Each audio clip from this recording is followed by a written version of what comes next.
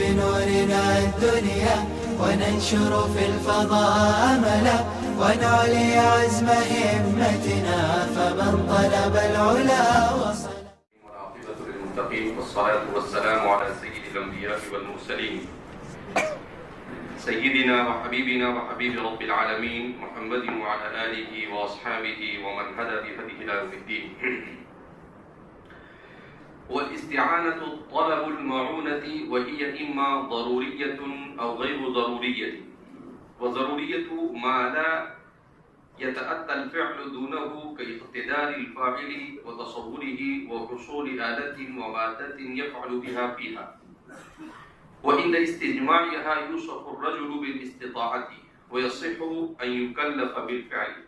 وغير ضرورية تحصيل ما يتيسر به الفعل ويسهل كالراحلة في السفر للقادر على المشي، أو يقرب الفاعل إلى الفعل ويحث عليه، وهذا القسم لا يتوقف عليه صحة التكليف، والمراد المعونة في المهمات في كلها أو في أداء العبادات. والضمير المستكن في الفعلين للقارئ ومن معه من الحفظة وحاضر صلاة الجماعة أو له ولسائر الموحدين، أدرج عبادته في تضاعيف عبادتهم وخلط حاجته بحاجاتهم لعلها تقبل ببركتها ويجاب إليها، ولهذا شرعت الجماعة. اب بیان کر رہے ہیں استعانت کے سلسلے میں کہ والاستعانة طلب المعونة، استعانہ کہتے ہیں طلب معونت کو، اور طلب معونت کے بارے میں مصنف بیان کرتے ہیں اما ضروریت او غیر ضروریت، کہ یہ معونت یا تو ضروری ہوگی یا غیر ضروری ہوگی. جیسا کہ کہا گیا کہ اس کو کہتے ہیں استطاعت ضروریہ اور استطاعت میسرہ. استطاعت ضروریہ اور استطاعت ممکنہ اور استطاعت میسرہ. تو استطاعت ممکنہ اور استطاعت ضروریہ میں سے کیا مراد ہے تو پہلے مصنف سمجھا رہے اسے. وَالضَّرُورِيَّةُ مَا لَا يَتَأَتَّى الْفِعْلُ دُونَهُ. استطاعت ممکنہ پہلے اس کو بیان کر رہے ہیں کہ استطاعت ممکنہ کس کو کہتے ہیں؟ ما لا يتأتى الفعل دونه، کہ فعل اس کے بغیر ممکن نہ ہو. كاقتدار الفاعل، جیسے فاعل کا اس پر قادر ہونا، وتصوره، اور اس کا اس چیز کا متصور کرنا، اس کا تصور کرنا، اس کا سمجھنے کا مادہ ہونا، وحصول آلۃ ومادۃ یفعل بها فیها، اور اس آلے اور مادے کا پایا جانا جس کے ذریعے سے وہ اس فعل کو انجام دے سکے. وعند استجماعها یوصف الرجل بالاستطاعة، جب یہ تمام چیزیں پائی جائے تو کہا جائے گا کہ یہ آدمی استطاعت ممکنہ سے متصف ہے.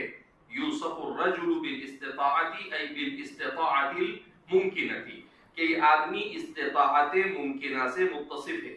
ویصح ان یکلف بالفعل، اور اسے کسی کام کے مکلف کرنے اور اس کو کسی کام کا مکلف کرنا اس صورت میں درست ہوگا. تو کل جیسا کہ بیان کیا گیا تھا کہ استطاعت کی دو قسمیں ہیں، ایک ہے استطاعت ممکنہ اور دوسری ہے استطاعت میسرہ. استطاعت ممکنہ کس کو کہتے ہیں؟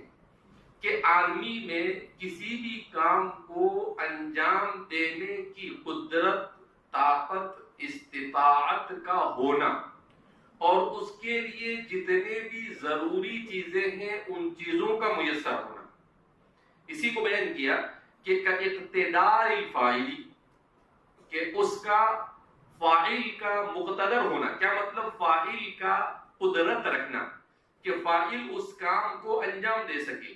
نماز اس پر فرض کی تو وہ اس قابل ہو کہ نماز کو سمجھے اس کے لیے نماز کی جگہ ہو اور اس کے پاس بدن میں ایسی انرجی اور طاقت ہو کہ وہ نماز کو ادا کر سکے اور اس کو نماز پڑھنے کی توفیق کا آسان ہونا، یہ سب جمع ہو گیا تو اسے کہا جاتا ہے استطاعت ممکنہ. کیا کہتے ہیں اس کو؟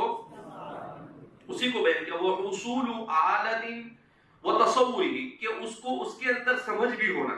اسی لیے مکلف کب ہوتا ہے؟ جب وہ بالغ ہو، مسلمان ہو اور اس کے اندر استطاعت ہو. تو استطاعت کا مطلب کیا ہے؟ استطاعت ممکنہ ہو. استطاعت کا مطلب کیا ہے؟ استطاعت ممکنہ ہو. تو فرما رہے ہیں وہ حصول آلت و مادت یفعل بها فیہا، اور اس کے پاس ایسے آلے اور مادے کا ہونا جس کے ذریعے سے وہ اس کام کو انجام دے سکے، وہ اس کام کو انجام دے سکے. اللہ نے زمین ایسی بنائی کہ وہ اس پر آسانی سے عبادت کو انجام دے سکتا ہے.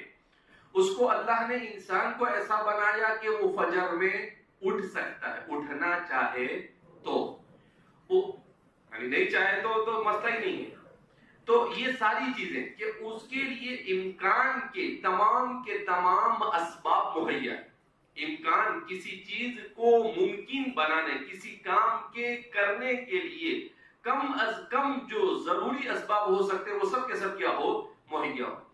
جب وہ سب مہیا ہو، وہ عند استجماعها، جب وہ سارے کے سارے اسباب مہیا ہو، یوسف الرجل بالاستطاعت، تو اب کہا جائے گا کہ یہ بندہ قابل استطاعت ہے. یہ بندہ قابل استطاعت ہے، یعنی استطاعت ممکنہ اس کے اندر پائی جا رہی ہے. وَيَصِحُ أَن يُكَلَّفَ بِهِ، اور اسے اب مکلف بنانا درست ہوگا.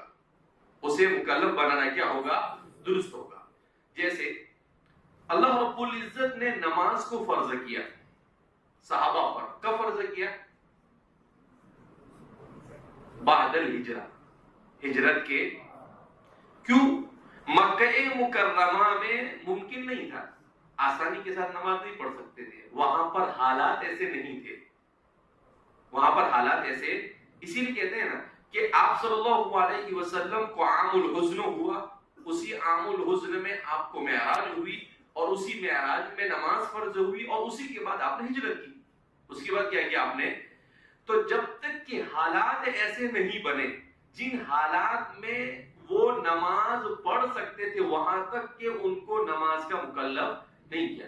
اسی لیے ہمارے علماء نے بڑی اچھی بات لکھی ہے کہ بدنی عبادت میں فرضیت کے لیے استطاعت ممکنہ کافی ہے، اور مالی عبادت میں فرضیت کے لیے عبادت میسرہ ضروری. عبادت اسی لیے حج کو فرض کیا، مگر کیا؟ وَمَنِ اسْتَطَاعَ إِلَيْهِ سَبِيلًا، جو مکہ تک پہنچنے کی، یعنی اس کے پاس اتنا مال اور دولت، راحلہ، ساری چیزیں ہیں کہ وہ مکہ تک پہنچ سکتا ہے، تو اس کے اوپر فرض ہے، ورنہ حج فرض نہیں. تو اس لیے کہتے ہیں کہ عبادت، اسی طریقے سے زکات کب فرض ہوتی ہے؟ زکات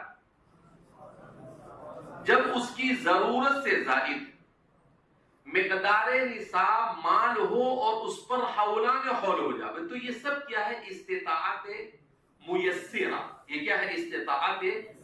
تو فرماتے ہیں کہ مالی عبادتوں میں شریعت نے استطاعت میسرہ کا لحاظ رکھا اور بدنی عبادتوں میں استطاعت ممکنہ کا لحاظ رکھا. کس کا لحاظ رکھا؟ کہ نماز فرض ہے تو نماز فرض ہونے کے لیے سائیکل، اونٹ سواری یہ سب ضروری نہیں ہے. پاؤں کیوں دیے بھائی تجھے؟ چلنے کے لیے دیے، تو چل کے جا سکتا ہے نا. جا بھائی، جا کے چل کے نماز پڑھ لے. پھر بندے کو تکلیف ہوگی تو بندہ آیا کہا یہ دنیا میں اسی لیے آیا ہے کہ ان تکلیفوں کو کیا کرے؟ برداشت کرے. جنت ایسے ہی ملنے والی ہے. جنت اللہ عالیۃ غالیہ، اللہ کی جنت بڑی بھاری ہے مگر اس کی قیمت بھی بھاری ہے، اتنی آسانی سے وہ ملنے والی نہیں ہے. تو یہ اس کی قیمت ہے کہ بھئی استطاعت ممکنہ جب ہے آپ کے پاس تو آپ کو اس عبادت کو انجام دینا پڑے. اب آپ بہانہ تراشی کریں گے تو کام چلے گا نہیں.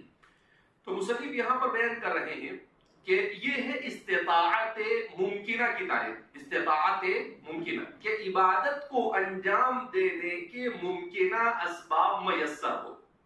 عبادت کو انجام دینے کے ممکنہ اسباب سب کے سب کیا ہو؟ میسر ہو. تو اسے کیا کہتے ہیں؟ استطاعت. اسی کو مصنف نے اس کو ضروریہ سے تعبیر کیا, المعونۃ الضروریہ سے تعبیر کیا.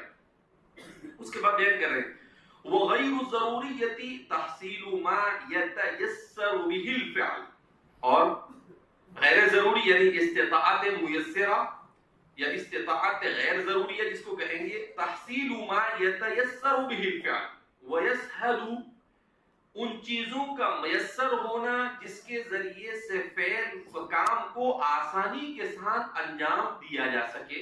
یسہل کالراحلۃ, جیسے راحلہ کا ہونا فی السفر, سفر میں. سفر دونوں طرح سے کر سکتے ہیں. ایک تو سفر کر سکتے ہیں کیسے؟ پیدل. جیسے شہاب پیدل حج کے لیے جا رہے ہیں تو یہ پیدل سفر ہوا. اور دوسرے سارے لوگ کیسے جاتے ہیں؟ ہوائی جہاز کے ذریعے سے, راحلہ ہے. تو یہ جو جا رہا ہے وہ کیا ہے؟ استطاعت ممکنہ. اور وہ جو جا رہے ہیں ہوائی جہاز میں بیٹھ کر وہ کون سی ہے؟ استطاعت میسرہ. کہ بمبئی سے بیٹھے اور 4 گھنٹے کے بعد جدہ اور وہاں سے 2-3 گھنٹے کے بعد مکہ, 8-10 گھنٹے میں مکہ آدمی کیا ہو جاتا ہے؟ پہنچ جاتا ہے. ایک دن بھر میں صبح سے نکلتا ہے اور رات تک کے مکہ کیا ہو جاتا ہے. یہ کیا ہے؟ استطاعت میسرہ. تو اسی کو بیان کر رہے ہیں کہ وغیر الضروریۃ تحصیل ما یتیسر به الفعل ویسہل کالراحلۃ فی السفر للقادر علی المشی, جو مشی پر یعنی چلنے پر قادر ہو اس کے لیے راحلہ کا میسر ہو جانا. او یقرب الفعل الى الفاعل الى الفعل ويحثه علیہ, یا دوسرے الفاظ میں یہ کہہ سکتے ہیں کہ ایسی سہولت کا ہونا استطاعت میسرہ کو کہا جاتا ہے. ایسی سہولت جو فاعل کو فعل کے قریب کر دے, ويحثه علیہ, اور اس پر اس کو آمادہ کر دے. ایک ہی چیز ہوئی, پیدل جائیں گے تو ٹائم لگے گا, گاڑی پر جائیں گے تو جلدی پہنچ جائیں گے. تو امام بیضاء بھی اسی زمانے میں ساری چیزیں کیا ہو رہے ہیں؟ سمجھ رہے ہیں. تو فرما رہے ہیں وہ او, یا اس دوسرے الفاظ میں استطاعت میسرہ کہہ سکتے ہیں یقرب الفاعل الى الفعل, اس کو جو فاعل کو فعل کے قریب کر دے, ويحثه علیہ. اب جب آدمی کے پاس اسباب مہیا ہو جاتے ہیں تو پھر آدمی کے لیے اس کام کے کرنے میں بھی دلچسپی پیدا ہو جاتی ہے کہ بھئی چلو گاڑی ہے تو پہنچ جائیں گے, گاڑی ہے تو کیا ہے؟ پہنچ جائیں گے. تو اسی کو بیان فرما رہے ہیں کہ او یقرب الفاعل الى الفعل ويحثه علیہ, وهذا القسم لا يتوقف علیہ صحة التکلیف, یہ مصنف نے بیان کیا. اور یہ جو دوسری قسم ہے اس پر تکلیف موقوف نہیں ہے, یعنی عبادت بدنیہ اس کے اوپر موقوف, کس پر؟ استطاعت میسرہ. استطاعت میسرہ پر عبادت بدنیہ کا توقف نہیں, اس پر موقوف نہیں ہے. والمراد طلب المعونۃ, تو اب سوال پیدا ہوتا ہے کہ یہاں کیا مراد ایاک نستعین سے؟ یہ صرف ایاک نستعین کو سمجھا رہے ہیں, کوئی فلسفہ نہیں سمجھا رہے ہیں. تو کیا فرما رہے ہیں کہ والمراد طلب المعونۃ فی المہمات کلھا. اب مصنف فرما رہے ہیں کہ مفسرین کے ایاک نستعین کی تفسیر کے سلسلے میں مختلف خیالات اور نظریات اور آراء ہے. نمبر 1, طلب المعونۃ فی المہمات کلھا. بعض مفسرین کہتے ہیں کہ ایاک نستعین کا مطلب کیا کہ بندہ اللہ سے یہ کہتا ہے کہ جتنے بھی میرے ضروری کام ہیں ان تمام ضروری کاموں میں, چاہے دینی ہو چاہے دنیاوی ہو, میں تجھ سے ہی مدد طلب کرتا ہوں, کسی اور سے مدد طلب کرتا نہیں, کہ ان کاموں کو میرے لیے آسان کر. اور سیدھی سی بات ہے, دنیا میں کوئی بھی کام اللہ رب العزت کی مرضی ارادے کے بغیر انسان نہیں کر سکتا ہے.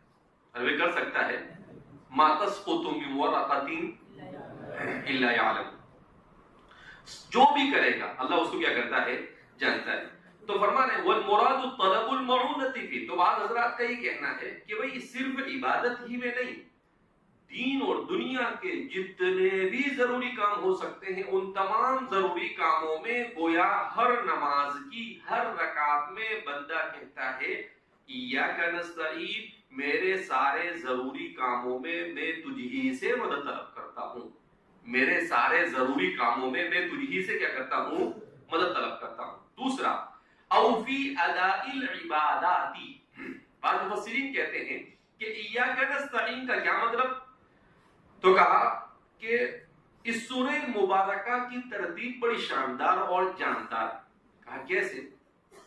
کہا ایک طرف اللہ کی تعریف سے شروع کیا، اس کی تعریف کے 4 دلائل کو ذکر کیا، ان دلائل کے ضمن میں عبادت کا ذکر آیا کہ بھئی یہ تعریف اور یہ دلائل تو ٹھیک ہے، اصل تو عبادت ہے، اور عبادت میں بھی وحدانیت کا ایاک نعبد کہا، لیکن عبادت ایک محتم بشان عمل ہے، بہت بڑا عمل ہے، اور یہ عمل انسان اتنی آسانی کے ساتھ انجام دے سکتا، اسی لیے شعیب علیہ السلام نے کیا کہا؟ وما توفیقی الا باللہ۔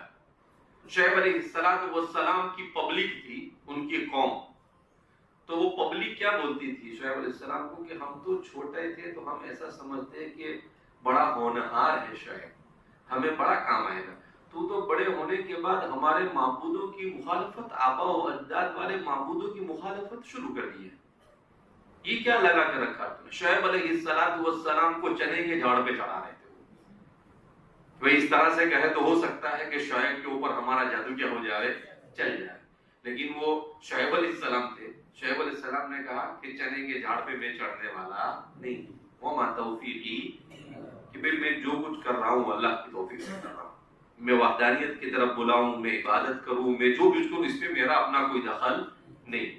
تو وہ چنے کے جھاڑ کہ اسکن ان کی کیا ہو گئی؟ پھیل گئی۔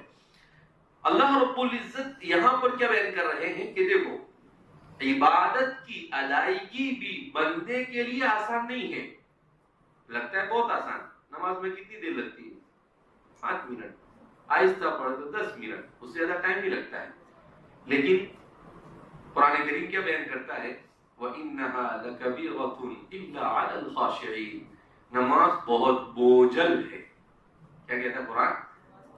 وہاں پر وَإِنَّهَا لَكَبِيرَةٌ، نماز بہت بڑا ہے نہیں بولیں گے،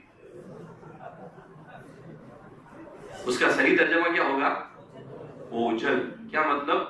کہ نماز پڑھنا بوجھ محسوس ہوتا ہے، الا علی الخاشعین، مگر جن کے دل میں اللہ کے خوف نے جگہ پکڑی ہے ان کو نماز پڑھنے میں مزہ آتا ہے، ان کو نماز پڑھنے میں کیا ہوتا ہے؟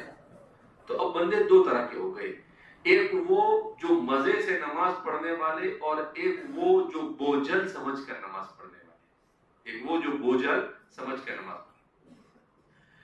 تو عبادت ایسے ہی لذت نہیں بنتی، عبادت کو لذت بنانے کے لیے انسان کو بڑی جد و جہد اور محنت کرنی پڑتی ہے۔ ان محنتوں میں سب سے بڑی محنت جب عبادت لذت بن جاتی ہے وہ یہ ہے کہ انسان گناہوں کو ترک کرے۔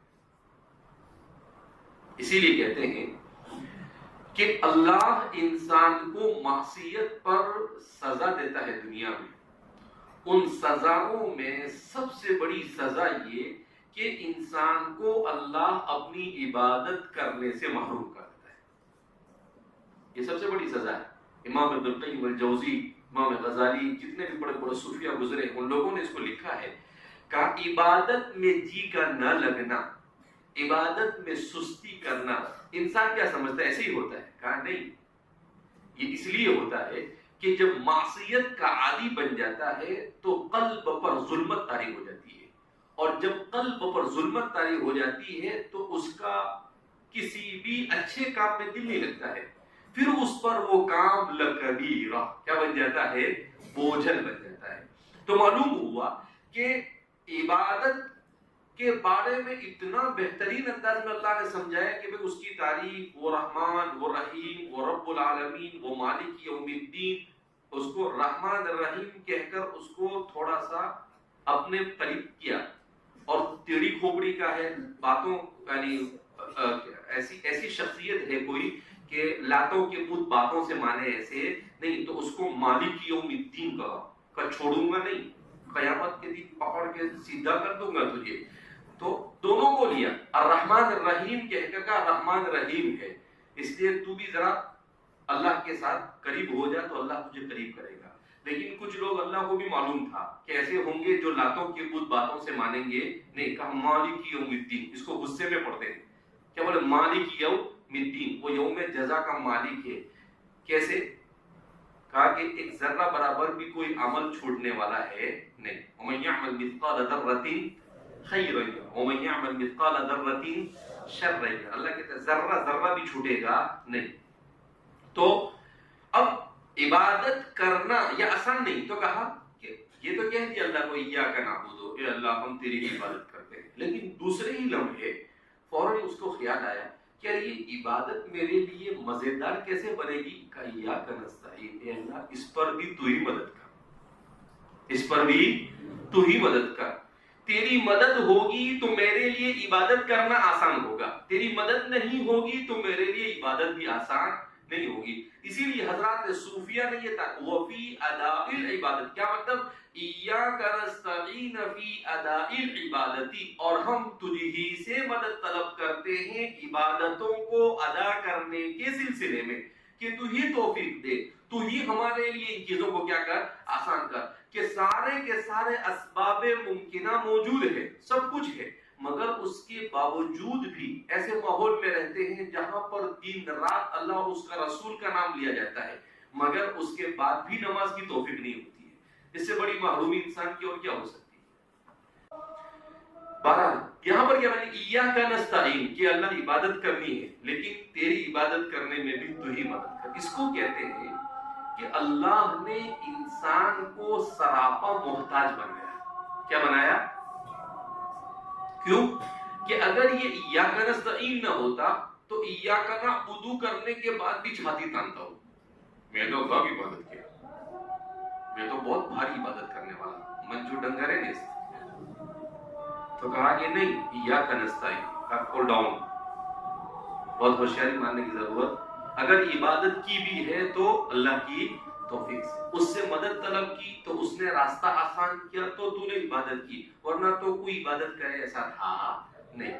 تو اس لیے کنٹرول، یعنی اللہ جزائے خیر عطا فرمائے اور امام بیضاوی کی قبر کو نور سے بھر دے کہ امام بیضاوی نے اللہ کی کتاب کو کتنے اچھے انداز میں سمجھانے کی اپنی پوری صلاحیتوں کو صرف کر دیا، اور کس طرح سے پوری تفاصیل کا نچوڑ لا کر کیا کر دیا انہوں نے.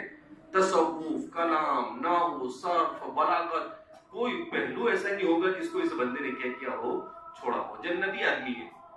بہرحال تو کیا فرما رہے ہیں؟ والضمير المستكن في الفعلين للقارئ ومن معه من الحفظة وحاضر صلاة الجماعة أو له ولسائر الموحدين.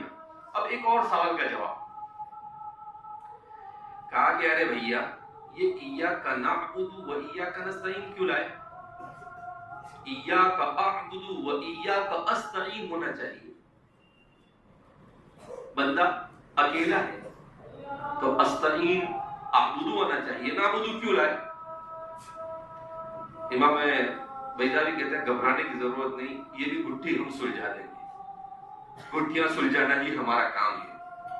کہ وہ ضمیر المستقن فی الفعلین، دونوں فعلوں میں ضمیر کو جمع لایا گیا، نعبدو اور نستعین دونوں.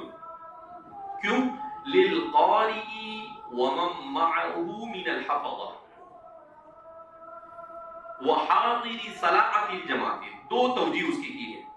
ایک تو اس میں قاری بھی شامل ہو، پڑھنے والا، اس کے ساتھ جو ملائکہ حفظہ ہے وہ بھی شامل ہو، وحاضر صلاۃ الجماعت، اور جماعت کے ساتھ پڑھی جانے والی نماز میں جتنے دوسرے رفقائے کار ہے وہ بھی، یعنی رفقائے صلاۃ نماز میں جتنے لوگ ہیں وہ. کہا ان سب کو شامل کرنے کے لیے کہا ایاک نعبد، ایاک نعبد ہم سب. کیوں؟ اس لیے کہ ایاک اعبد کہتے تو نماز کے جماعت کے ساتھ پڑھے جانے کی جو اہمیت ہے وہ باقی نہیں رہتی. ایاک نعبد کہنے سے نماز بالجماعت پڑھنے کی طرف اشارہ کیا کہ اللہ کو عبادت کو، فرائض کو جن کو اجتماعی طور پر فرض کیا ہے ان کو اجتماعیت کے ساتھ کرنا ہی اللہ کو پسند ہے، وہی کیا ہے اللہ کو پسند ہے۔ تو اس لیے فرماتے ہیں کہ اس میں قاری کو بھی شامل کرنا تھا اور اس کے ساتھ حفظہ، ملائکہ حفظہ۔ ملائکہ حفظہ کس کو کہتے ہیں؟ معقبات من بین یدیہ ومن خلفہ، قرآن کریم میں بھی اس کو بیان کیا ہے، کئی سورہ انعام میں بیان کیا مختلف مقامات پر۔ ملائکہ حفظہ وہ ملائکہ ہے جو انسان کے باڈی گارڈ ہوتے ہیں، ہر انسان کا باڈی گارڈ۔ کیوں؟ اس لیے کہ ہر انسان اللہ کے نزدیک اشرف ہے۔ جیسے منتری دنتری ہوتے ہیں نا، وہ اہم ہوتے ہیں، تو ایک باڈی گارڈ ادھر ہوتا ہے، ایک باڈی گارڈ ادھر ہوتا ہے۔ تو اللہ کے لیے ہر انسان منتری، کیونکہ وہ اشرف الخلائق کا فرد ہے، تو اس کی حفاظت اور اس کی نگرانی کے لیے ملائکہ ہے۔ اب ان ملائکہ کی کتنی تعداد ہے؟ اس سلسلے میں بعض روایتوں سے پتہ چلتا ہے کہ ملائکہ حفظہ یہ 5 ہوتے ہیں۔ ایک ہمیشہ انسان کے ساتھ ہوتا ہے، اور 2 وہ ہوتے ہیں جن کی ڈیوٹی چینج ہوتی رہتی ہے۔ 2 صبح میں آتے ہیں، شام تک رہتے ہیں، اور پھر جب یہ شام کو چلے جاتے ہیں تو دوسرے 2 آتے ہیں۔ اس طرح سے بعض حضرات کا کہنا ہے کہ یہ ملائکہ حفظہ 5 ہے، بعض کا کہنا ہے کہ ملائکہ حفظہ 2 ہے۔ ملائکہ حفظہ 2 ہے۔ انسان کے پیدا ہونے سے لے کر موت تک مستقل 2 باڈی گارڈ ہوتے ہیں جو اس کی حفاظت کرتے رہتے ہیں۔ کوئی سانپ نہ کاٹے اسے، کوئی بچھو نہ کاٹے اسے، جو جب تک کہ اس کے مقدر میں کوئی مصیبت لکھی ہوئی نہ ہو تمام چیزوں سے اس کی حفاظت کرتے ہیں۔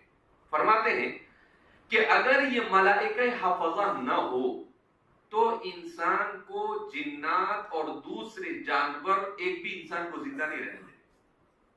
یہ ملائکہ حفظہ کی وجہ سے انسان کے لیے ممکن ہے کہ اتنی آسانی سے دنیا میں زندگی کیا کرتا ہے، وہ گزارتا ہے۔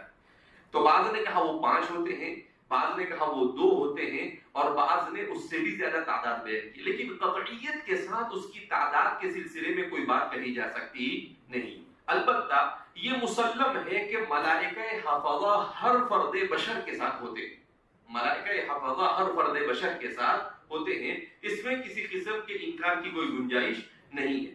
تو اسی کو بیان کریں وَمَن مَعَهُ مِنَ الْحَفَظَةِ وَحَاضِرِ صَلَاةِ الْجَمَاعَةِ، اور جتنے لوگ نماز میں حاضر ہیں وہ سب شامل ہو جائے، اس وجہ سے ایاک نعبد کہا۔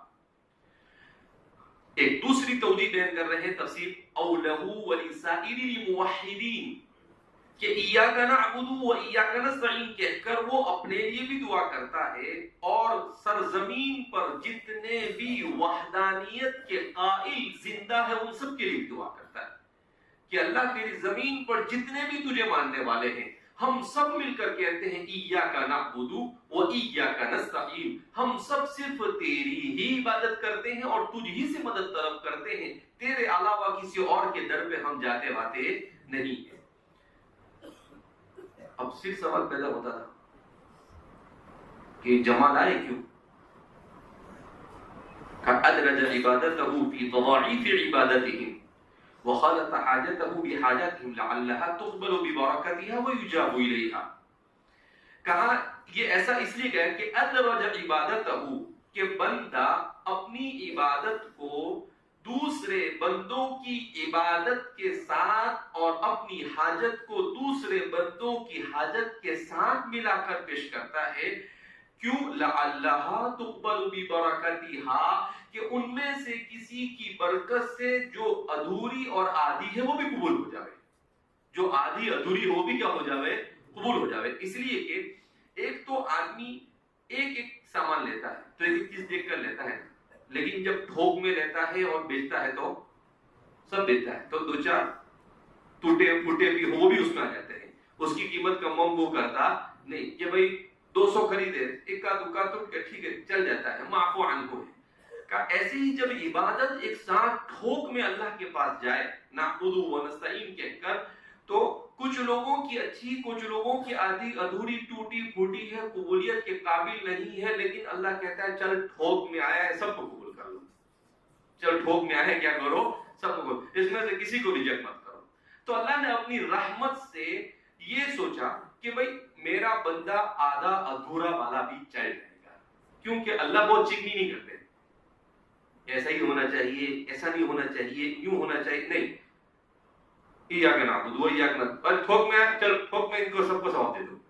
تو کہا مسجد معماری میں نماز پڑھ رہے ہیں، کہا سب کی قبول کر لو، کیا وہ فرشتہ کہتا ہے کہ اللہ سب نے تو برابر پڑھی نہیں، دو چار نے تو پڑھی نا، چل جا سب کو قبول۔ تو کہا اس کے لیے اللہ رب العزت نے کیا کہا کہ حاجت کو حاجت کے ساتھ ملا کر، ضرورتوں کو ضرورت کے ساتھ ملا کر، تاکہ اجتماعیت کے ساتھ ساری چیزوں کو، تو یہ صرف اللہ نے اپنے فضل سے ایسا کیا تاکہ وہ انسان کی کوئی بھی عبادت مرفوض نہ ہو، اس کی کوئی بھی عبادت آج کی زبان میں ریجیکٹ نہ ہو، اس کی عبادت کیا نہ ہو، ریجیکٹ نہ ہو۔ اس کو ریجیکشن سے بچانے کے لیے ایاک نعبد و ایاک نستعین کی کیا دی گئی ہے، تعلیم دی گئی ہے۔ وَلِهَذَا شُرِعَتِ الْجَمَاعَةُ، اسی لیے جماعت کو مشروع کیا گیا، اسی لیے جماعت کو کیا کیا گیا، مشروع کیا گیا کہ بھیا جماعت سے نماز پڑھا کر، کیونکہ اکیلا اکیلا پڑھے گا تو اس صورت میں کام چلے گا نہیں، کیونکہ اللہ کو معلوم کہ انسان کو شیطان وساوس سے گھیرے رکھتا ہے، تو وہ وسوسوں کی دنیا میں مست ہو جاتا ہے۔ وہ ہے نا کہ مولانا صاحب نے نماز پڑھائی تو بولے کتنی رکعت ہوئی، تو بولے کوئی بولتا ہے 2، کوئی بولتا ہے 3، ایک بولتا ہے کہ نہیں 3 ہی ہوئی، بولے روز 4 دکان کا حساب ہوتا ہے، آج 3 کا حساب ہوا ہے، اس کا مطلب یہ ہے کہ ایک رکعت نہیں ہوئی کیونکہ میری ایک دکان کا حساب کیا ہے، باقی۔ تو اب وہ ہر ایک کے ساتھ، تو اللہ نے کہا کہ بھائی بیچارہ کمزور ہے، خلق الانسان ضعیفا، اس کو ایسے ایسے اس کے لیے فارمولے بنائے کہ ان فارمولوں میں آسانی کے ساتھ رحمت خدا بہانہ بھی جو ہے، اللہ کچھ بھی بہانہ کر کر انسان کی چیزوں کو قبول کر کر اس کو اپنی جنت میں داخل کرنا کیا کرتا ہے، چاہتا ہے من فعل اللہ بعذابکم ان شکرتم وآمنتم، اللہ کہتا ہے کہ بھائی مجھے کیا ملے گا تیرے کو عذاب دے کے، مجھے کیا ملنے والا ہے، میں نے تجھے بنایا، تیرے لیے یہ کائنات بنائی، تو میں تجھے عذاب دوں گا تو مجھے کیا ملے گا، تو اس لیے اللہ بہانہ، تو اس لیے یہاں پر اس کو جمع کے ذریعے سے کیا گیا ہے، لایا گیا۔